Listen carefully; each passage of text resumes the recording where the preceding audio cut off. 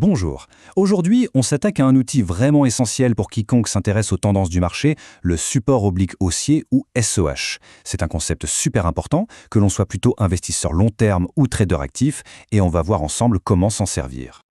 Alors, voilà le programme. On va commencer simple. Qu'est-ce que c'est ce fameux SOH? Ensuite, on verra comment le repérer sur un graphique. Puis, le plus intéressant, comment l'utiliser concrètement. On parlera aussi du moment critique où tout bascule, quand le support casse. Et pour finir, on élargira un peu le sujet avec quelques questions et concepts qui vont avec. C'est parti. En fait, tout part de cette question. Une question que tout le monde se pose. Comment on peut être sûr qu'une tendance haussière est vraiment solide? Quand on regarde un graphique, comment savoir si ça va continuer de monter? Eh bien, le SOH, c'est justement une des réponses les plus claires et visuelles à cette interrogation. Allez, première étape, rentrons dans le vif du sujet. Le SOH, ou support oblique haussier, qu'est-ce que ça veut dire exactement? Posons les bases. Alors, pour faire simple, le SOH, c'est une ligne de tendance qui monte, une droite qu'on trace sur un graphique. Mais c'est plus que ça, c'est la matérialisation de la pression des acheteurs. C'est comme si, à chaque fois que le prix descend et touche cette ligne, hop, les acheteurs se réveillent et se disent « c'est le moment d'acheter », ce qui fait remonter les cours. L'image qui marche bien, c'est celle d'un plancher qui monte. Ou encore mieux, imaginez un trampoline. Un trampoline qui non seulement empêche de tomber, mais qui monte en même temps. Le prix touche la ligne et rebondit vers le haut. Il continue son chemin, redescend un peu, touche à nouveau le trampoline et hop, il repart de plus belle. Tant que ce trampoline est là et qu'il est solide, la tendance haussière se poursuit.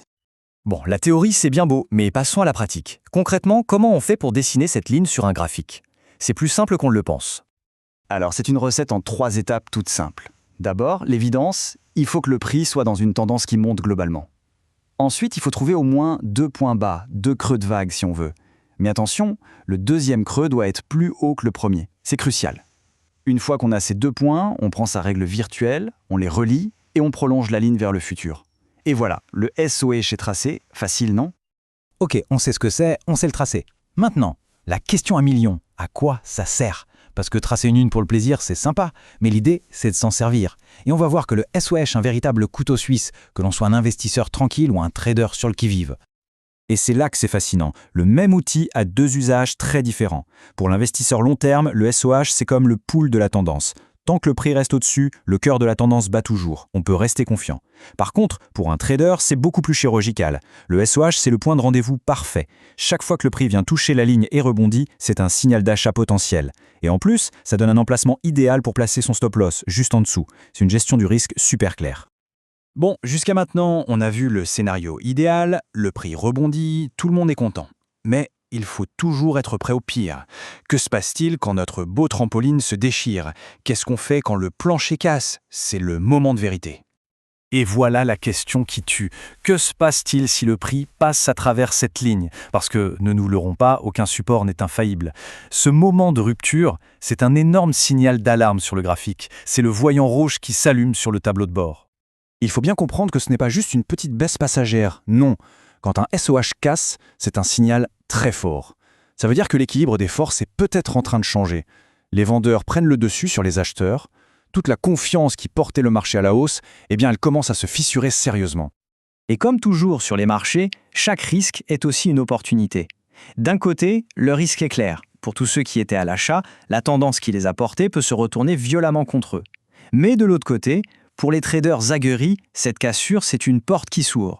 C'est le signal parfait pour shorter le marché, c'est-à-dire parier à la baisse et potentiellement profiter de la chute. Attention, petit aparté pour les plus techniques, le marché adore les pièges. Parfois, le prix va casser le support, tout le monde se met à vendre et bam, il réintègre la ligne comme si de rien n'était. C'est ce qu'on appelle une fausse cassure. Pour ne pas se faire avoir quand on short, il existe une astuce, placer un ordre stop achat juste au-dessus de la ligne. Si le prix remonte et franchit la ligne à nouveau, la position est coupée automatiquement, limitant les dégâts. Très bien, on a presque fait le tour. Pour finir, on va aborder quelques questions qui reviennent souvent et surtout, on va regarder le SOH dans un miroir pour découvrir son parfait opposé.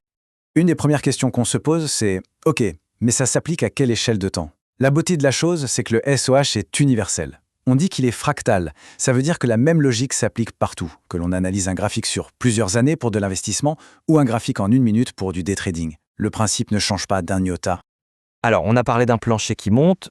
Est-ce qu'il n'existerait pas par hasard un plafond qui descend pour les tendances baissières? C'est une question tout à fait logique. Et la réponse est évidemment que oui. Et voici son alter ego, la robe, pour résistance oblique baissière. C'est une symétrie parfaite. Le SOH relie les creux qui montent dans une tendance haussière, la robe relie les sommets qui descendent dans une tendance baissière. Le SOH est un plancher, la robe est un plafond. Le prix rebondit sur le SOH, mais il se cogne contre la robe. Si on a compris l'un, on a compris l'autre, c'est aussi simple que ça. Et pour conclure, une question à méditer. Cette ligne qu'on trace, le SOH, est-ce que c'est une prédiction de l'avenir ou est-ce que c'est juste une observation du passé? En réalité, ce n'est pas une boule de cristal. Une ligne de tendance, ça ne fait qu'organiser ce qui s'est déjà passé pour nous donner des repères, des zones de probabilité. C'est une carte, pas une destination garantie. Et c'est sans doute la chose la plus importante à retenir,